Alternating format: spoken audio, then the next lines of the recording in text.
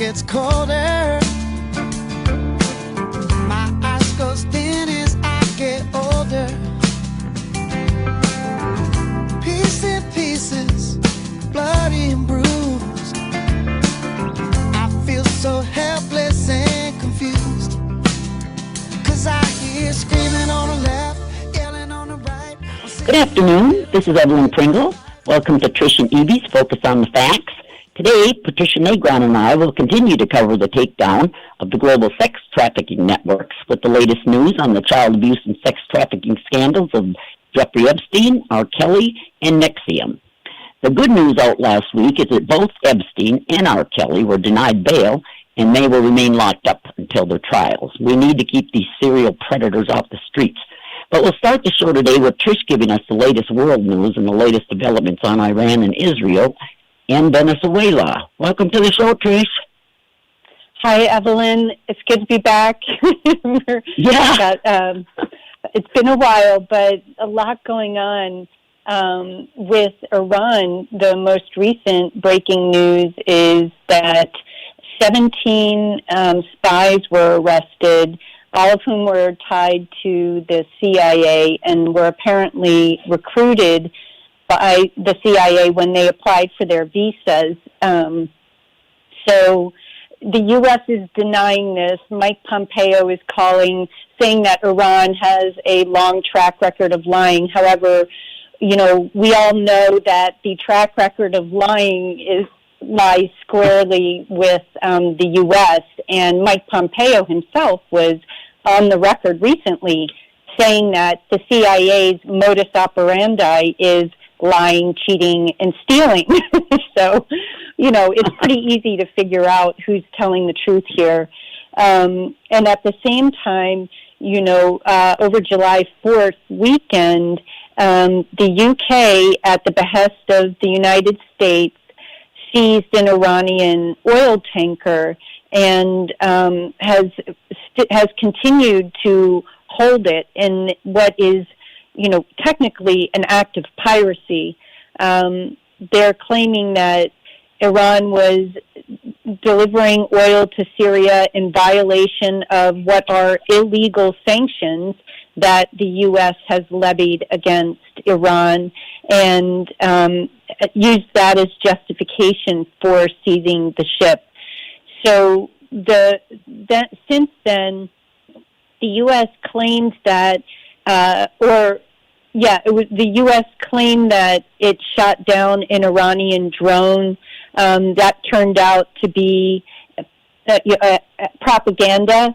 Iran confirmed that all of its drones had returned, and perhaps the U.S. shot down one of its own, which could have been possible. This follows after a U.S. drone was shot down by Iran that Iran claimed was over Iranian airspace, and though the U.S. is claiming that it was in international waters. Again, the U.S. has such a perfect track record for lying about all of this stuff. They are not to be taken seriously when they comment on anything. So, and again, we have seen with Iran, you just have to look at the nuclear treaty that they had entered into, 2015, and they had abided the entire time.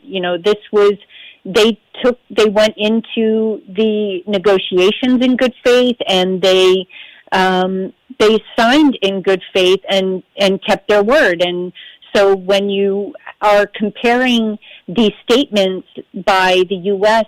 to the ones by Iran, it's pretty obvious which one is more likely to be, the one that's accurate and have credibility. So since then, now there was apparently a ship, a UK ship, or flagged ship. I'm not sure. But what happens is these ships are owned by, one company in one country, and then are operated by another company that is in a different country. So this was a vessel flying a UK flag, I believe, and had violated protocol for passing through the Strait of Hormuz in what was clearly a provocative act.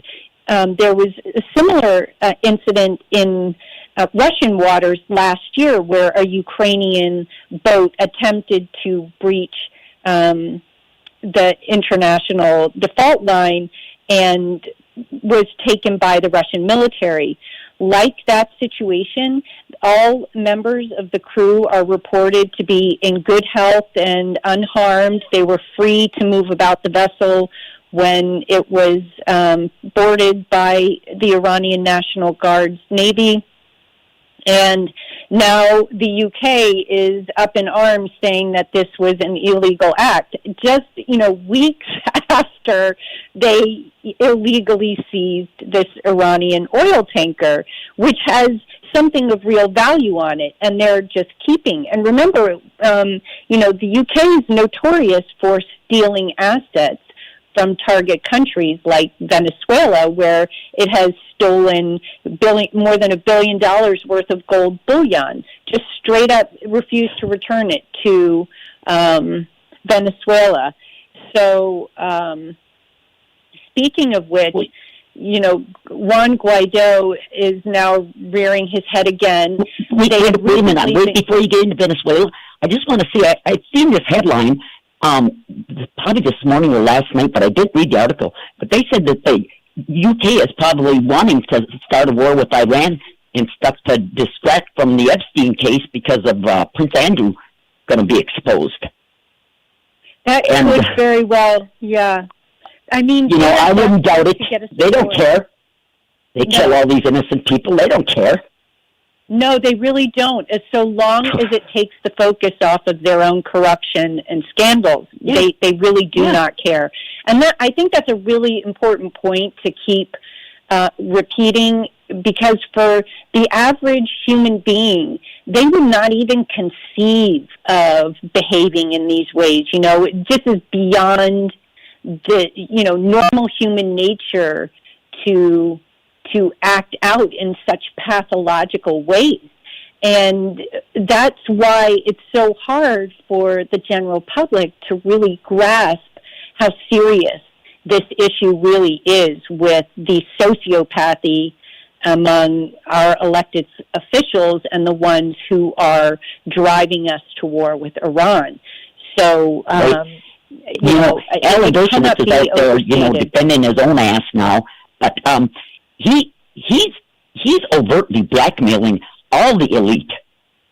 Because he was on July 18th. He gave a discussion, and he said that he had one massage at Epstein's place, but he goes on to say that hundreds of people got massages at Epstein's, very prominent people. He says. Yeah. Like, what the hell is this billionaire providing massage services to, wealthy and powerful people? Like, seriously? In his home? Yep.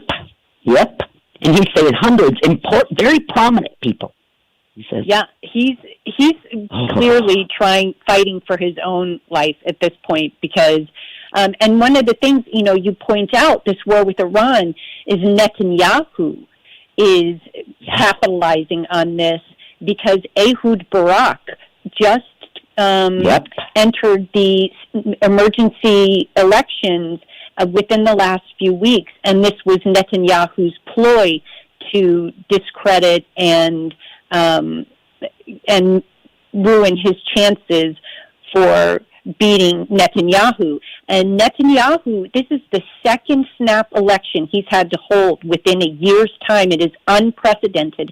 And he is facing indictment by his own attorney general on 3 separate corruption cases as recommended by his own police chiefs. His wife just pled guilty to corruption after going to trial last October. Netanyahu also turned over control of Haifa port in Palestine to China beginning in 2021, and the U.S. has openly criticized Netanyahu's closeness with China. So there is this alliance, I think the U.S. has believed has been an alliance with Israel, is clearly evolving into, a looting operation, and they are preparing to discard us. So this is where, the rhetoric around Iran, they need our bodies to go to war. And once they get that is all Netanyahu needs to cover, to get him over the finish line to winning this next election, and it gets them, the chaos and violence they need, the disruption they need in order to capture the illicit trade that goes through the region, and for which Haifa port is so absolutely critical. And so is Palestine. That all of that eastern Mediterranean coast is absolutely critical, and it's why so much of the focus is there right now in terms of the rhetoric among U.S. and Israeli officials. And what is this Netanyahu start doing snap elections? What are those? Okay, so these are also referred to as emergency elections. What happened last October was that Avigdor Lieberman and Naftali Bennett, two cabinet members members of the Knesset, withdrew their party's support for Netanyahu's coalition. So Netanyahu is head of the Likud party, and then Naftali Bennett and Avigdor Lieberman head up two different parties that allied with the Likud party, so that when legislation would come through the Knesset, they would have the support needed to pass it, if they were able to work it out. So when they withdrew their support, they had to dissolve the Knesset according to their parliamentary rules and hold a new election for a leader, a prime minister, who could form a coalition and bring together, these different factions in a government. So he announces this over Christmas of last year, very quietly. The election is held in April 8th. He manages to win that emergency election, and he did it by the same means that he was attempting to use with Ehud Barak, by discrediting and smearing him on something. And but he could not form a coalition again when by the deadline he had as the prime minister-elect.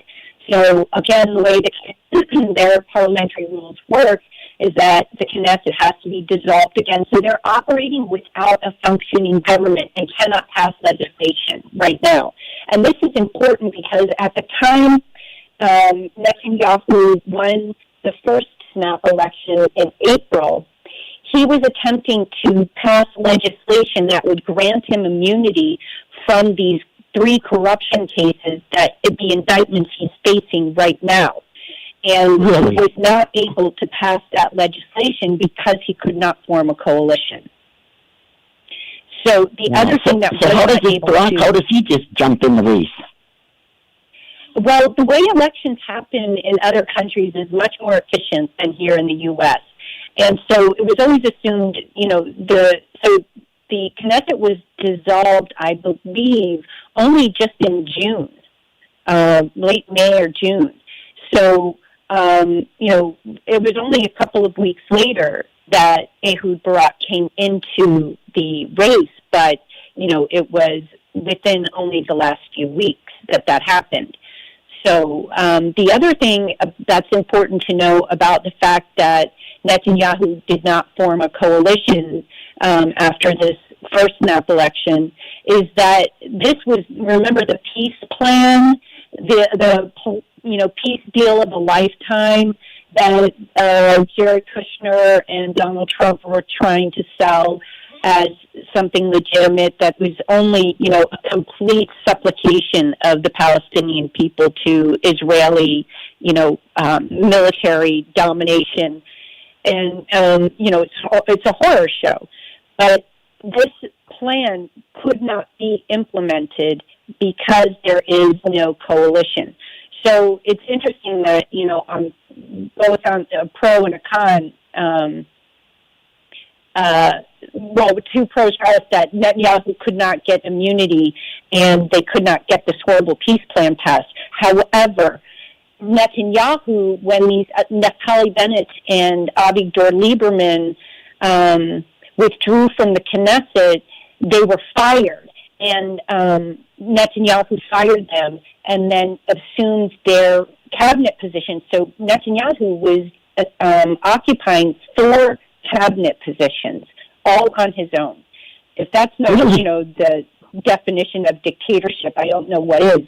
But then he, within a few weeks, appointed a new justice minister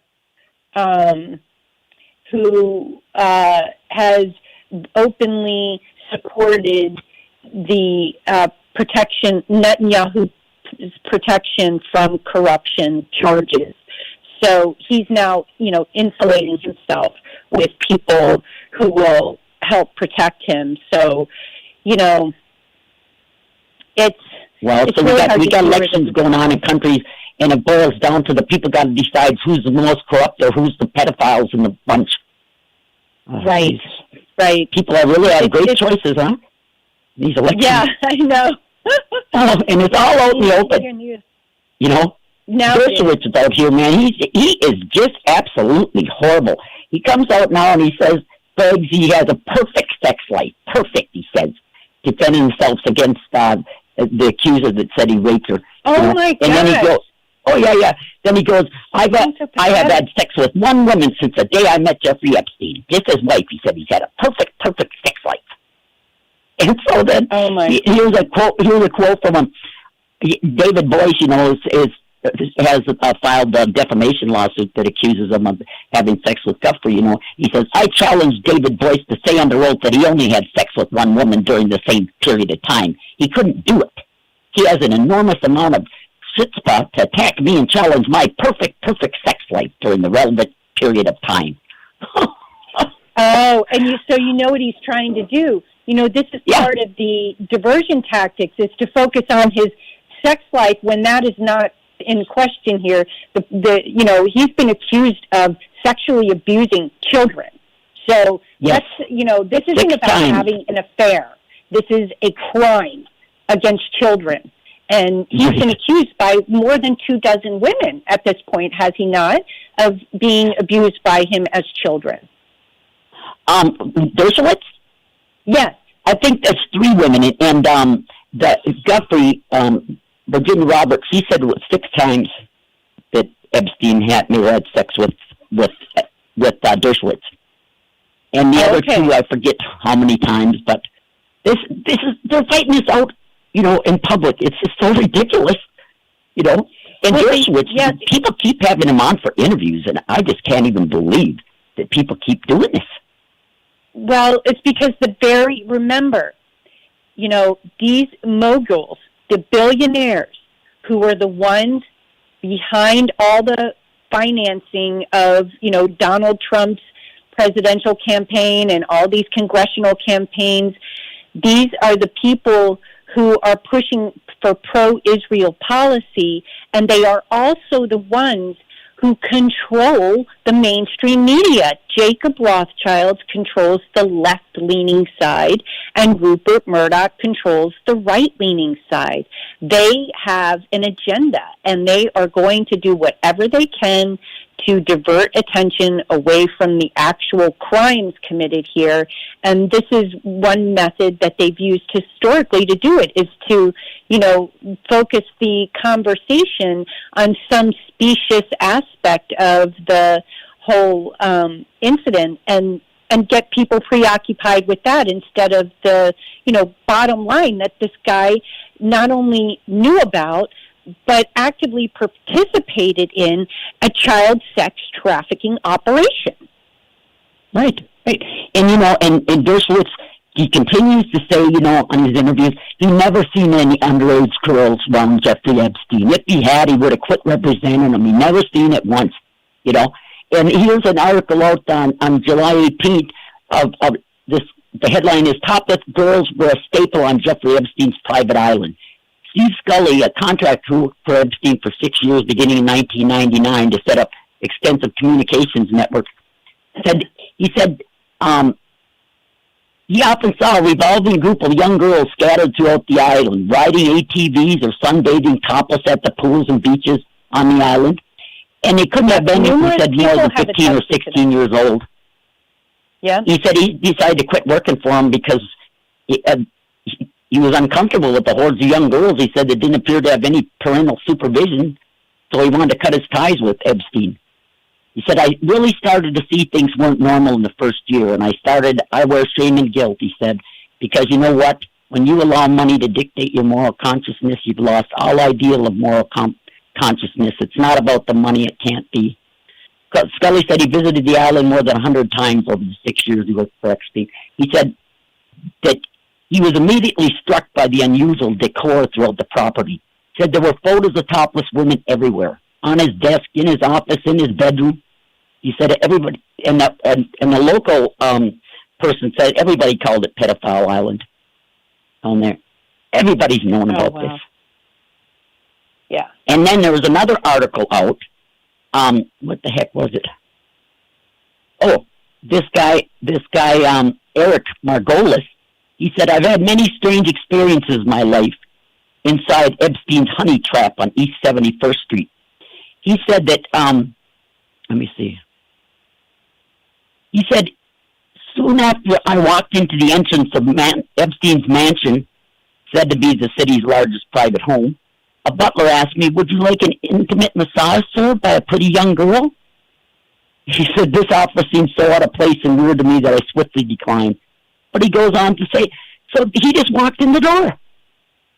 Wow. And they offer him this massage. And what, young...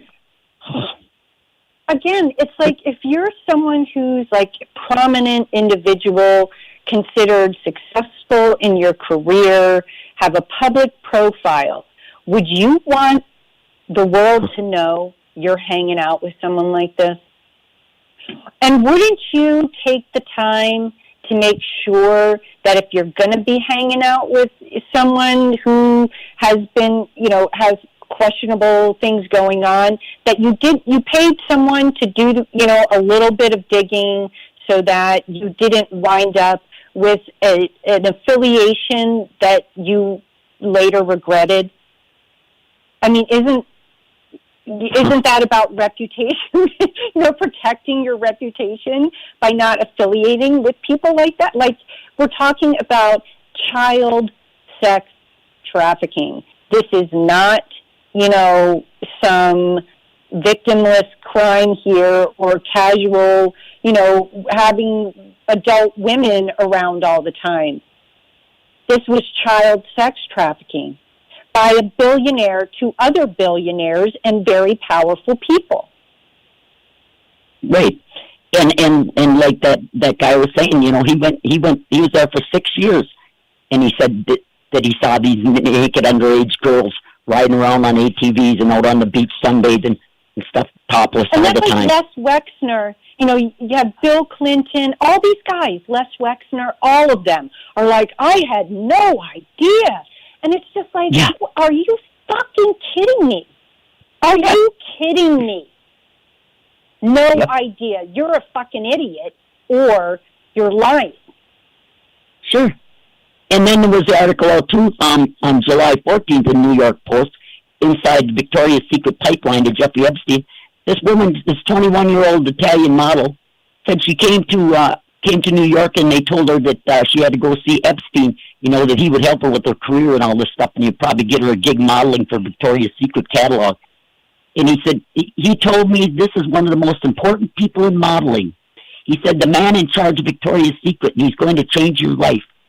Well, goes there, she says,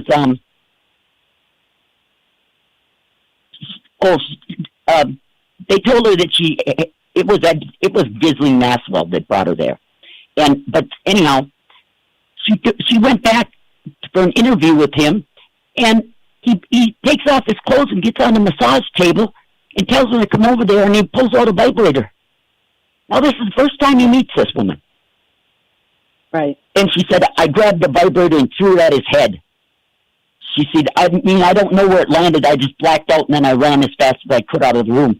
Said she was so frightened she didn't know where to turn to find the front door in the massive house. At one point, she encountered the woman with the short black hair, that's Ghislaine, who grabbed her and asked her what she's doing. She told me, I just couldn't leave, said Ty. She said, the man is important, that he is a friend of President Clinton. Oh, man. Yeah. So they hold this and up. Also, you know, what's the most disturbing part of all of this is, and what's, you know, finally getting the attention it deserves as part of this case is, you know, Jeffrey Epstein's ties to quote unquote intelligence, which, you know, we're seeing more and more likely points to Mossad, because Ghislaine's own father, Robert Maxwell, was a billionaire and had direct ties to Mossad and was given a state funeral when he died under suspicious circumstances, but they talked about how much he had done for Israel. And, you know, Ghislaine, the daughter of a billionaire, is like spending her days procuring young girls for Jeffrey Epstein to screw. So, you know, it's like, how does that make any sense? And then, you know, Alexander Acosta himself, the guy who, as, you know, the Southern District Prosecutor at the Attorney General's office allowed this deal, which accepted this deal, which allowed a serial predator, child predator, to walk. Someone he knew had the motive and the means to continue victimizing hundreds, if not thousands, of children in a sex trafficking ring. And then, you know, the other part of this, all these people claiming to have no idea this illegal plea deal that was granted to Jeffrey Epstein also granted immunity to all, quote, potential co-conspirators. It's like, okay, if he's not child sex trafficking, how are there conspirators involved? Because if there are conspirators, that is by definition child sex trafficking. You know, I mean, my God. And those people that got immunity was Ghislaine Maxwell and Dershowitz included in them, those people. Well, it was so vague. It says potential. It is anyone and everyone who could possibly ever be named as a co-conspirator. That's illegal. You can't do that. So, and then Alexander Acosta himself, when asked directly during his confirmation hearings about this plea deal, said that he was told to back off and that Epstein, quote unquote, belonged to intelligence. Yeah, so it was we know, pay grade to go after Epstein. Yes. So and I sit here and I wonder, over the place. Why is this Ghislaine Maxwell walking around free? Why hasn't she been arrested? I mean, all of them said that she not only recruited them, she participated in this sex with these underage girls. Yeah. Yeah. And in the orgies with all the underage girls. Why is she walking around free? And you know what kills me? Because last week, you know, this teacher got 20 years in prison for having sex with a sixth grader in her school. You know, and good. I'm glad she got 20 years. But this is one sixth grader this woman had. She got 20 years in prison. Look at Epstein and Ghislaine Maxwell. Thousands. Yeah. Yep. Of girls. And they're walking around free. Slaves. Yeah. And same with Claire Bronson. She walked on all child sex trafficking charges. She put $100 million into NXIVM. And again, NXIVM connects right back to Jeffrey Epstein. These are all the same people. Child sex trafficking among the wealthy and powerful is a global crisis. And it is a single network that is, you know, operating different branches and different human compromise operations, but they are all designed to provide leverage to these billionaires who then use that leverage to influence policy and strike deals that are in their own favor. Sometimes they're competing against one another for turf or, you know, on deals or to, you know, climb the ladder, but, you know, they're all swimming in the same swamp. That it's none, you know, they all tie back to one another in some way or another. Harvey Weinstein walked on child, rape and trafficking charges. Yeah. And he's connected to Mossad. And, Jeffrey Epstein had a practice of hiring, former intelligence to harass and smear and destroy his accusers. That's what Harvey Weinstein did. Sure. And that's what Claire Bronfman did. Yeah. This is what they do. And I can't believe that these networks are still having Dershowitz on there. And he sits there and he keeps calling all these women liars, and stuff. And he's sitting there and he's saying it's a plot because they were trying to get $1 billion from Wexler. That's the plot that Boysen has going on, that he's trying to get $1 billion from Wexler. That's what all this is about. Yeah. Well, watching it play out in the media is kind of comical, really. Yeah, well, again, it's one of an interesting, tie-in here. Remember, this isn't just in the U.S. This is in the U.K. This has been a huge problem for decades. You mentioned Prince Andrew. Well, Prince Andrew was also, and his mother, Queen Elizabeth, were directly tied to Jimmy Savile, who it was discovered and disclosed posthumously that the guy had brutally raped thousands of children, many of them disabled and terminally ill. And he constantly circulated among the wealthy and powerful, and it was discovered in 2012. It was exposed by BBC journalist Liz McKean that the chief of BBC, Mark Thompson, had covered all of this up deliberately. Well, after being exposed for this cover-up in 2012, Mark Thompson went directly to the New York Times as CEO. Well, guess which publication was the one to quote-unquote debunk Pizzagate? None other than the New York Times. They had a professional at the helm now who could do this for them. They're all conspiring to cover it up. Well, that's for sure. And I'm telling you, it's getting harder and harder to find alternate media sites, on the internet. The internet is screening everything now, blocking everything. Yeah. Oh, yeah. And on, the social media platforms, there's a ton of censorship going on as well. But so you're kicked off again, too? You kicked off Facebook again now? Yeah. I said they did this on purpose. I'm kicked off Twitter and Facebook. At the time, they knew that we would be out there. I'd be out there broadcasting every item of tidbit about this case.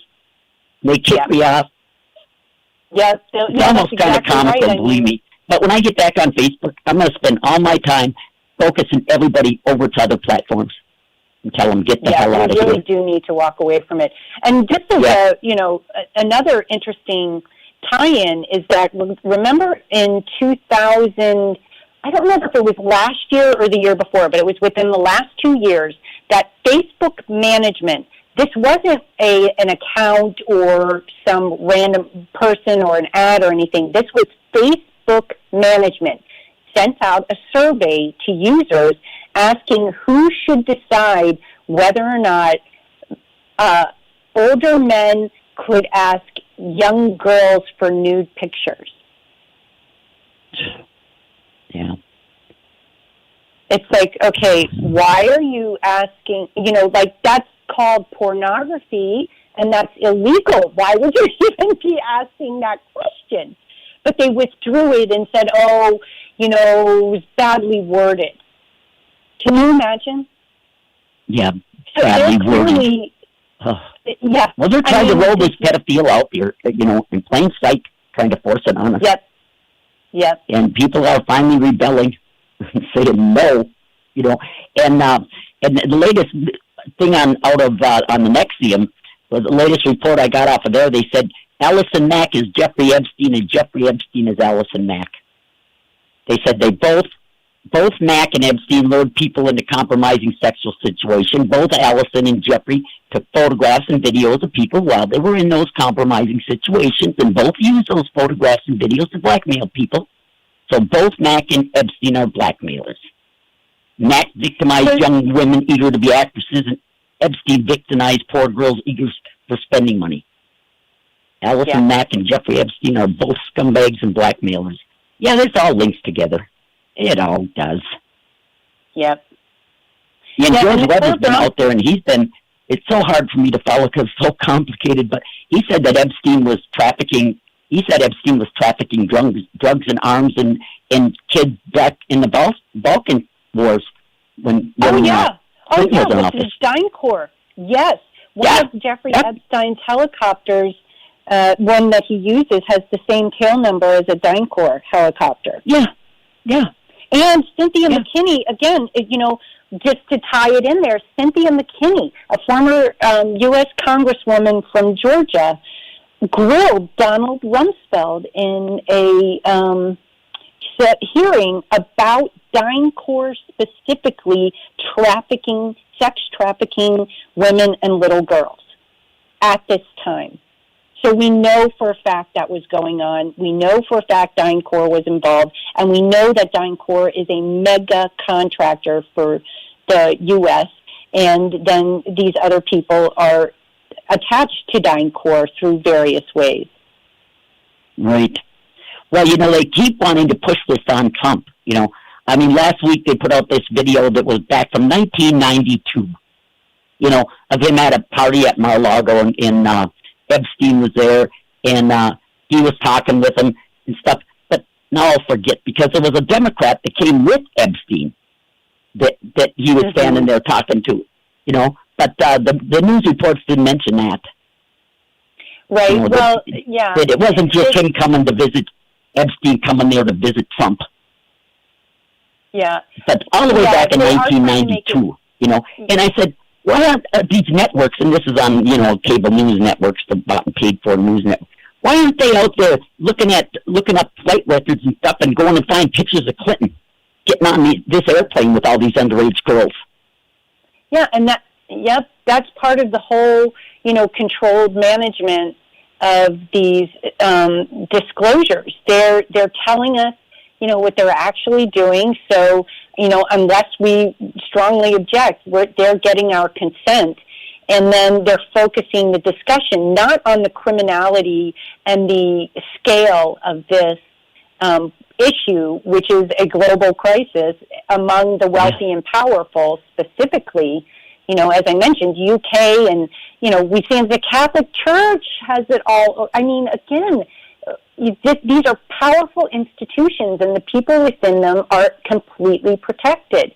And so that's what they're trying to get the focus off of, and that's why they're, and they're using it as a leverage for this upcoming presidential election, trying to discredit Donald Trump.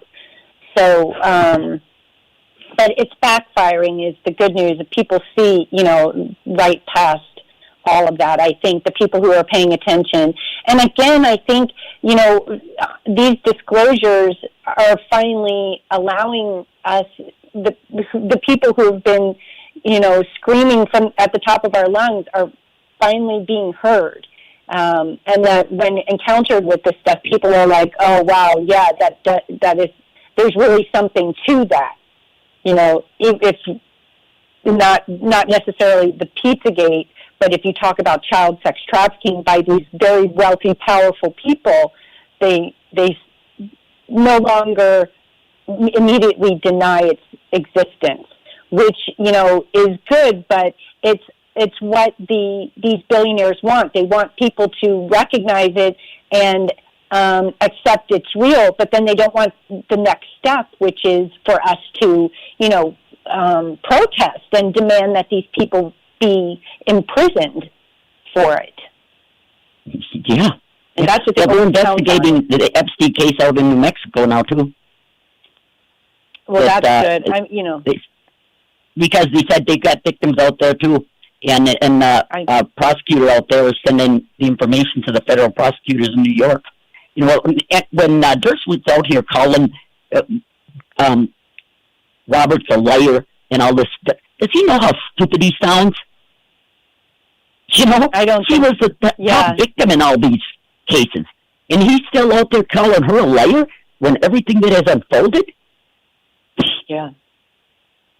Well, remember the old maxim that these guys use is that if you repeat a lie enough times, people believe it as truth. So that's maybe what he's doing. And he uses these same talking points on all the shows. He swings into this thing and says that she's a liar because she said she's seen Al Gore and Tipper Gore on the island, and they were never on the island. And he swings into this whole spiel of stuff, and he says that Clinton wasn't either on the island. Oh, and he goes into God. this spiel about dragging in Tipper Gore and Al Gore and Clinton, and saying, and then when he was saying Clinton wasn't on the island, it was Laura Ingraham was interviewing that time, and she got it in, and she said, there's discrepancies there, and she said, I wouldn't tie yourself in with Clinton on this if I was you.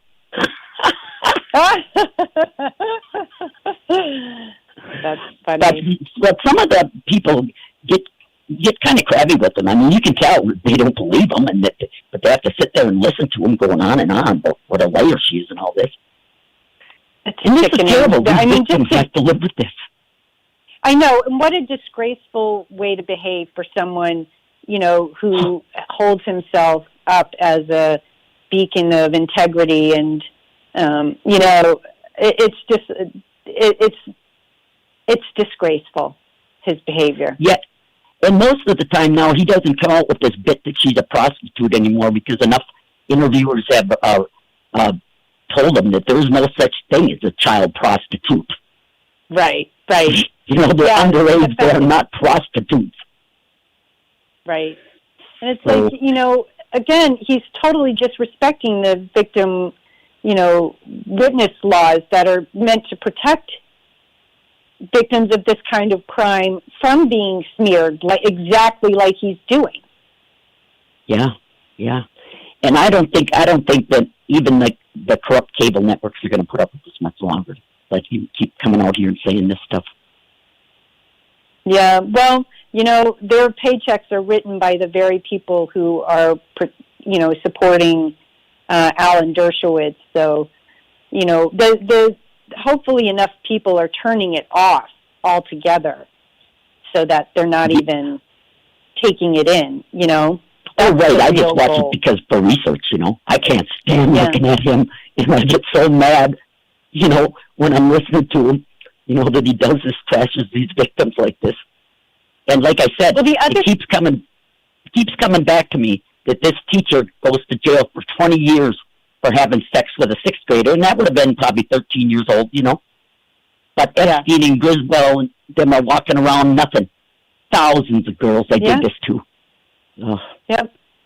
And people are in jail for pot possession, and these guys get to walk on serial child predators.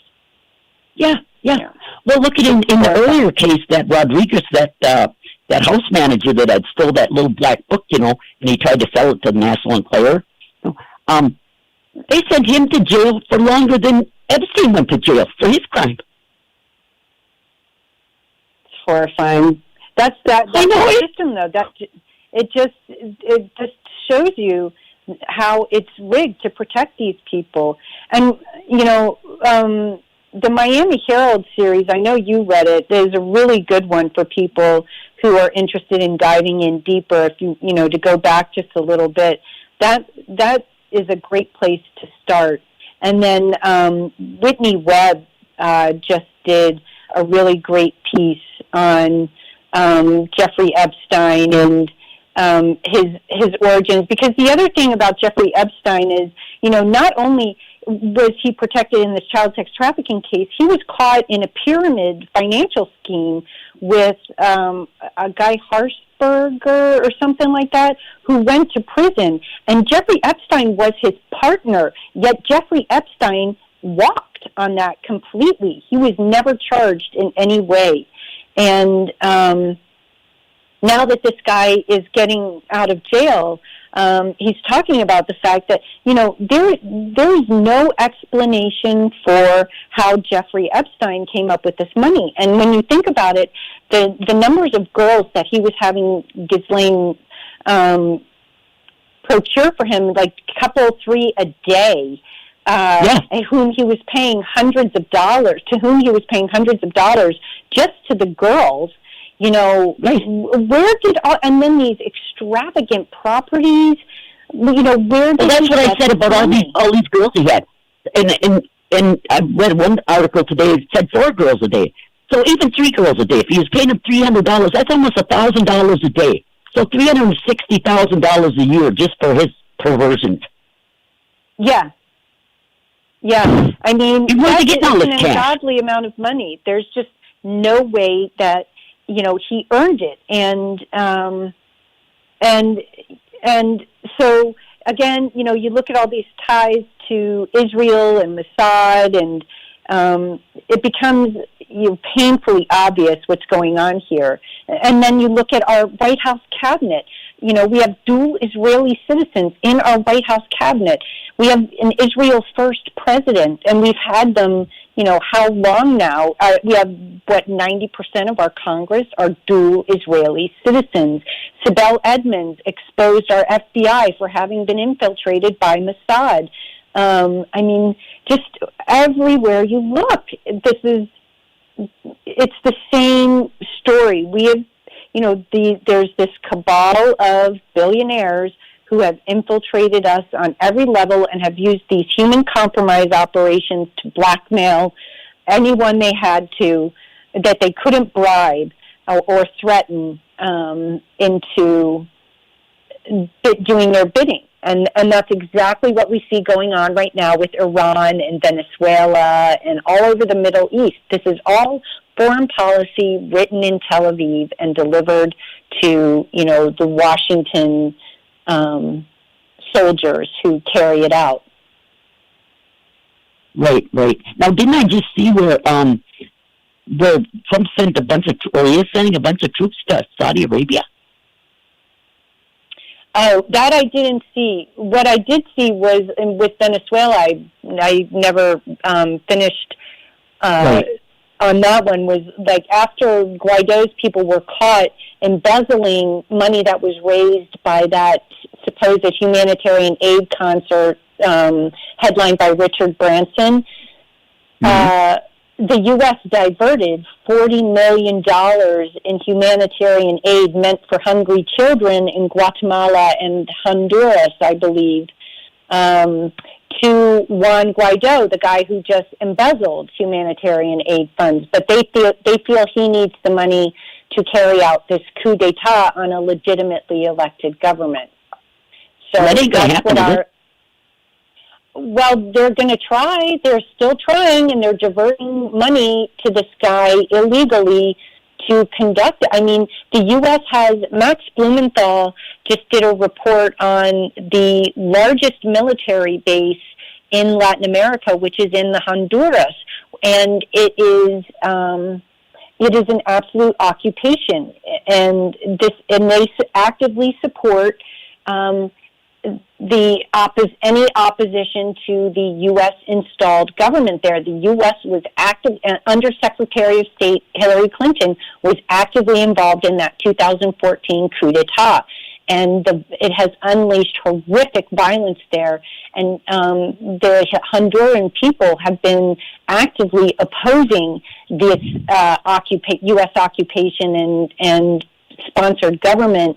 And just the other day, set fire to the U.S. embassy there in Honduras. So the U.S. is unwelcome all over Latin America, yet it is, along with Israel, Israel sent troops to Colombia, I believe, which is the host state for all of this coup activity in Venezuela. So, it's just more of the same, more of these tax dollars being diverted to further the interests of the billionaire class.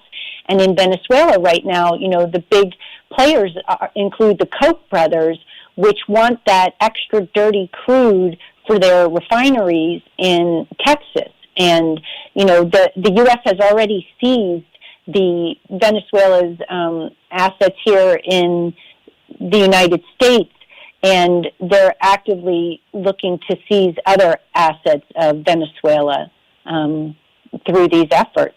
It's just sickening.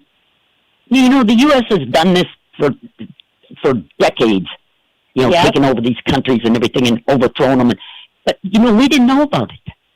Right. Now they're doing it in plain sight. And they don't even care that we see this.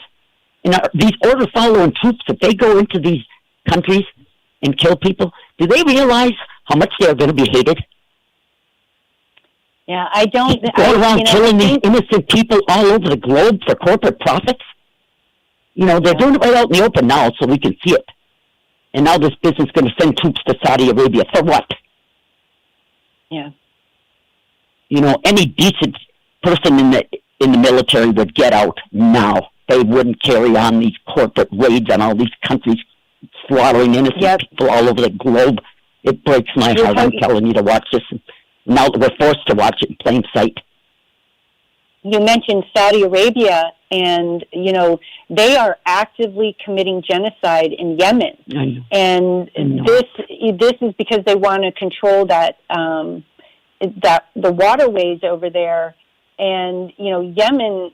Is that what that's about? Country. What's that? In Yemen, that's what that's about, controlling the waterways? Well, they want to control access to that strip of water that travels up the coast of Saudi Arabia, and then they are also actively stealing the oil from Yemen. One of the things about Saudi Arabia is, remember, the U.S. dollar is tied to Saudi oil reserves. And one of the things that became apparent in the last couple of years when Saudi Arabia was setting about an IPO of Aramco, its state oil company, that it was suddenly withdrawn. It was supposed to be the largest IPO in history, $500 billion IPO.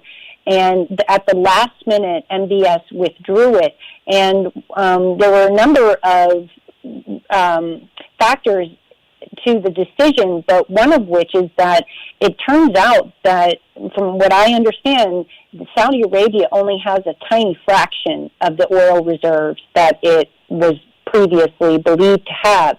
And when you consider the fact that the U.S. dollar's value is directly tied to the either, those oil reserves or lack thereof, that creates a very precarious situation for both countries.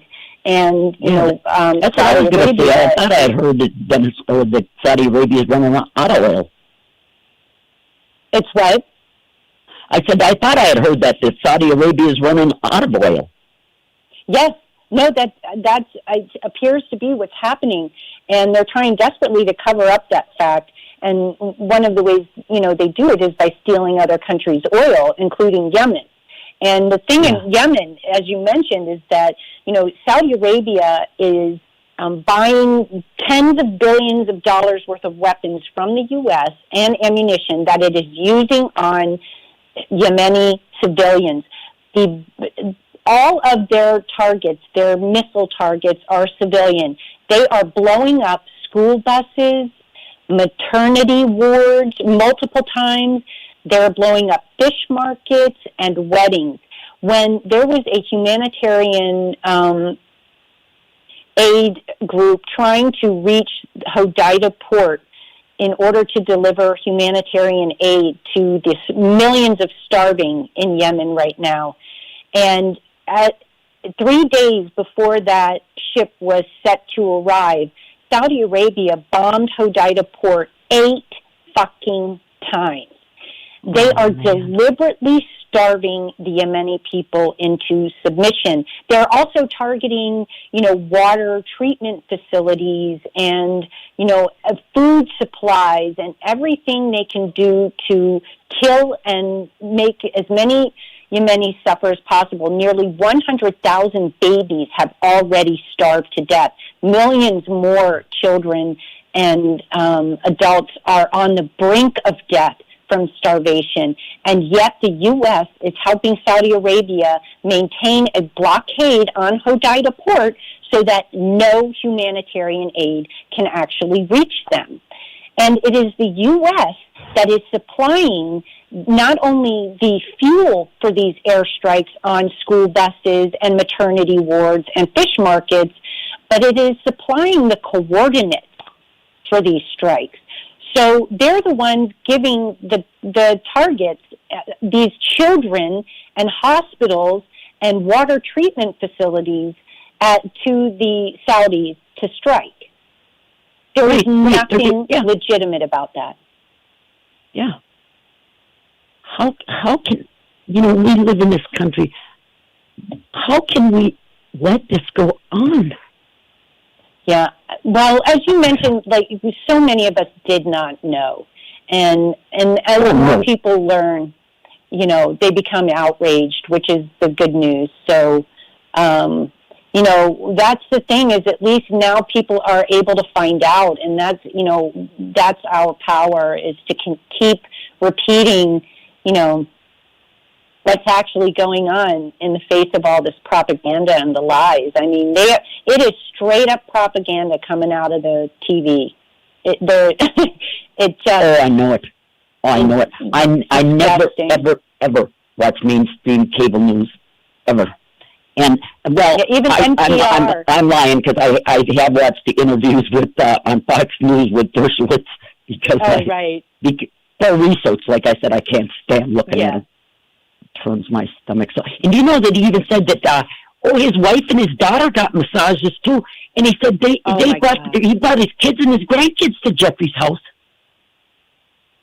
Oh my God! Yeah, this is how much they're out there.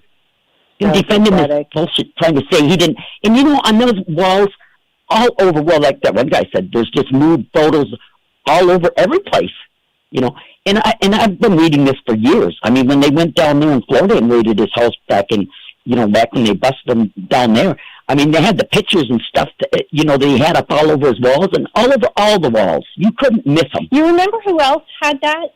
The New York Times did a feature on Tony Podesta. Had on what? Child porn all over the walls of his home. And they had to remove the photos of his home because it was covered in child porn. Yeah, I could bring them up. I mean, I got them in my files. It was so bad, they had to cover this one picture because it was a 7-year-old girl bending over with her bare butt in the air. Oh, my gosh. This sick monster, man. Oh, my gosh. I'm telling you, well, I spend every waking moment researching this and posting the stuff. I am not letting this die. Yeah. No, I hear you. Yeah. I think a lot of people feel that way. And the thing is, too, as we saw with Claire Bronfman, the chances of Jeffrey Epstein, actually being held accountable are very, very slim, especially in the Southern District of New York. I mean, that's where these cases go to die. And as we saw with the Clinton Foundation, over and over again, that case got shut down in the Southern District of New York. And this comes on the heels of, us finding out that the New York Police Department never required Jeffrey Epstein to, check in once, according to his parole conditions. His probation conditions. 95 times he missed. 95 these visits. are felonies. Yeah. Time is a freaking felony. And never once was he held accountable for that. And not 2-3 weeks before Jeffrey Epstein is arrested in this big, theatrical affair, he manages to sell off the key piece of evidence that links these wealthy and powerful people with forensic, evidence to those girls on that plane. Somehow, the New York PD just happened to miss the fact that this guy was unloading the Lolita Express in the weeks leading up to his planned arrest. Yeah, could you imagine the evidence in there? Yes, precisely. Precisely why they should have been watching it so closely and why they should have intervened should, given that he did sell it. Yeah. And now they're saying that when he was in that county jail, when he was out on release, that he was having sex when he was out on release. Yeah. And they had to know it. Yes. Supposedly, all going to come out now. Well, this is back in 2008. They knew it. those police guards, and they knew those women were going in there to have sex with him. It's horrifying. Yeah, it is. But now we see these supposedly thousands of photos of nude or partially nude women found in his safe. And then I'd be real interested to find out those discs. They said that they have on the disc, they have a name of the girl and then a place for a name of the person she was with on these discs. So I assume they were in the safe that that's all his blackmail information. So who knows how many people he's got on tape. Right. Well, but if you think about it, again, even with all that evidence, that could be directly corroborated by what's on the Lolita Express, right? To prove that, the credibility of that information. But now they conveniently lost, just like the FBI lost control of the DNC server. They're so conveniently. Now the NYPD has let the Lolita Express just slip through their fingers. Right. Well, okay, Trish, I guess our time's up. Thanks so much for all the great information on world news. I count on you to get my world news from you because I know you get it straight. Well, and thank you for following this child sex trafficking so closely, Evelyn. Not many people do it. Well, we'll do it. We'll keep doing it. We're going to take down this global child sex trafficking network if it's the last thing I do on this earth. Okay, Trish. Well, see you back here next week. See you next week. Okay, people.